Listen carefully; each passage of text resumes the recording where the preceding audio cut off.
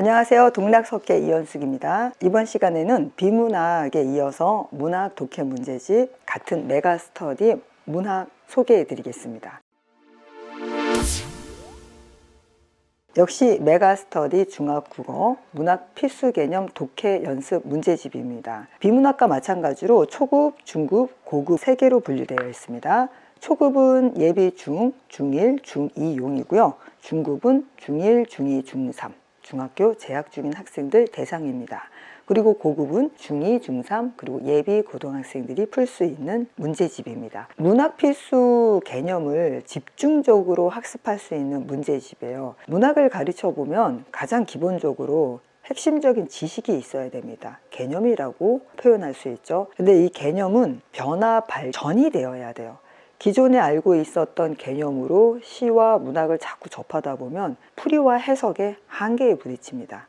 그럴 때는 개념의 전이나 확장이 필요한데 문학에 대한 개념과 그리고 이해의 폭을 확장시킬 수 있는 문제집입니다. 중학국어 성취 기준에 기반해서 문제집을 형성했기 때문에 문제집 따로 학교 수업 따로가 아니라 학교 수업에 필요한 기초적인 지식이나 개념을 같이 공부하고 연습할 수 있는 문제집입니다. 그리고 집중 탐구해서 적용하고 그리고 여러분의 수행평가에 어쩌면 가장 직접적으로 기초 지식을 쌓을 수 있도록 도와줄 수 있는 문제집이라고 할 수 있습니다. 자, 작품 연습하기부터 개념 적용하기까지 어떻게 구성되어 있는지, 문학에서 개념 학습이 왜 필요할까요? 컨셉추얼이라고 그러죠.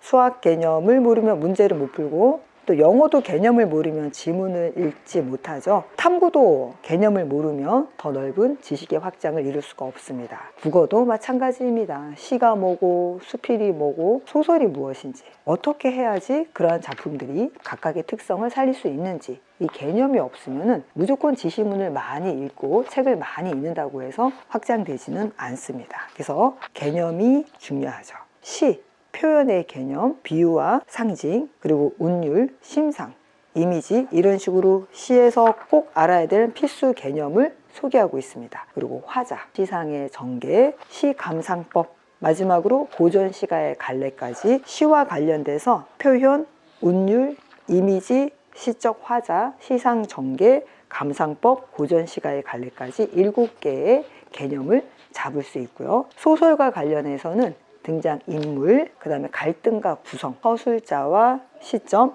4번째 서술상의 특징, 5번째 배경, 소재, 6번째 감상 방법, 7번째 고전 소설의 갈래와 특성, 이렇게 해서 시 7가지, 소설 7가지를 개념별로 나누어 놓았습니다. 그리고 이제 극문학, 예전과 달리 2015년 개정 교과서를 보시면 알겠지만 제시문이 참 다양합니다. 그 중에는 시나리오 또는 연극 또는 학생들끼리 간단하게 해볼 수 있는 영상 제작 이와 관련된 제시문도 많이 실려 있는데 여기서도 극, 희곡의 구성과 시나리오의 구성, 그다음 극문학의 갈등과 구성 단계, 극문학 나오고요. 그 다음에 수필 나옵니다. 수필의 내용과 형식, 수필의 성격, 그래서 경수필과 중수필, 그리고 고전 수필, 내간체 수필과 설 이런 식으로 해서 각각의 장르별, 갈래별 핵심 개념을 하나하나씩 풀어내고 있습니다. 구성과 특징 자세하게 소개되어 있고요. 차례를 보시면 1주 학습, 2주 학습, 3주 학습 해서 이제 1주 학습의 시가 첫 번째로 시작되는데요. 비유,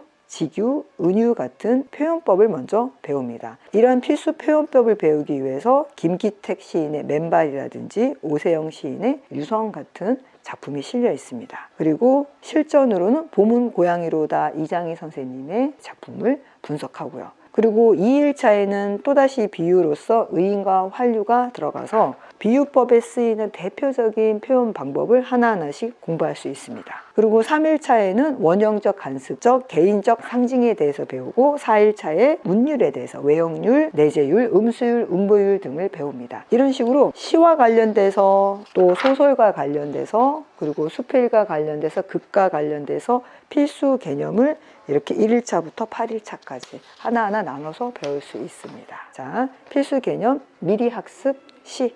시란 무엇이냐? 생각이나 느낌을 운율이 있는 언어로 압축해서 함축하여 표현하는 문학의 한 갈래, 이런 식으로 시를 정의 내리고 있고요.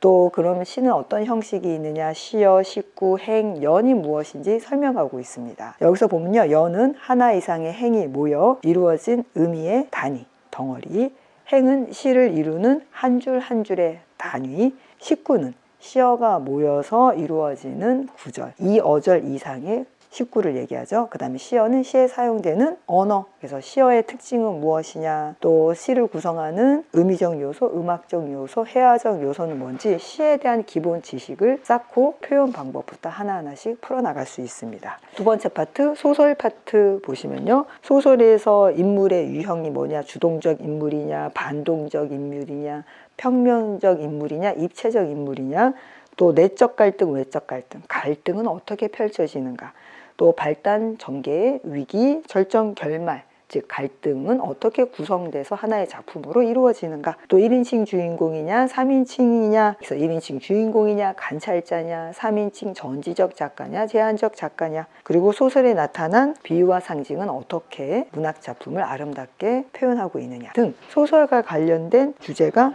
6가지가 펼쳐집니다. 극문학과 수필 파트가 있습니다. 그래서 희곡의 구성 요소, 시나리오의 구성 요소가 어떻게 차이가 나는지, 그리고 극문학에서는 어떻게 갈등이 구성이 되고 구성 단계는 일반 소설과 어떻게 다른지, 수필의 내용과 형식, 또 수필의 성격에 따라서 필수 개념부터 진행됩니다. 자, 이렇게 시, 소설, 극과 수필 3개의 파트로 꼼꼼하게 배워볼 수 있습니다.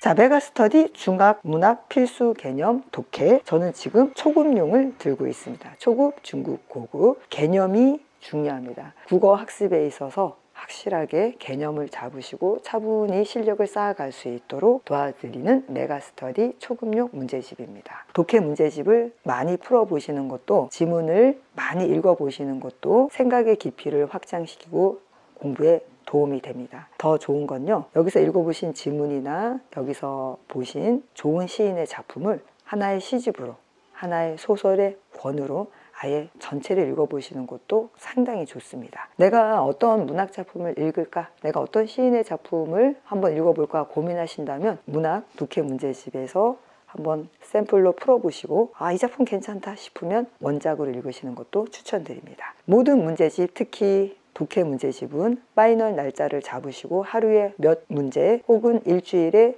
몇 회 횟수를 정하시고 꼭 하십시오. 그리고 역시 문학도 시를 먼저 하셔도 좋고 소설을 먼저 하셔도 좋고 극이나 수필을 먼저 하셔도 좋습니다. 편안하게 순서는 마음대로 정하시고요. 파이널 날짜는 꼭 맞추시고요. 자, 공부할 수 있는 행복한 사람, 읽고 생각하고 느끼는 행복한 사람, 지금까지 동락석회 이현숙이었습니다. 좋아요와 구독 꼭 부탁드립니다. 감사합니다.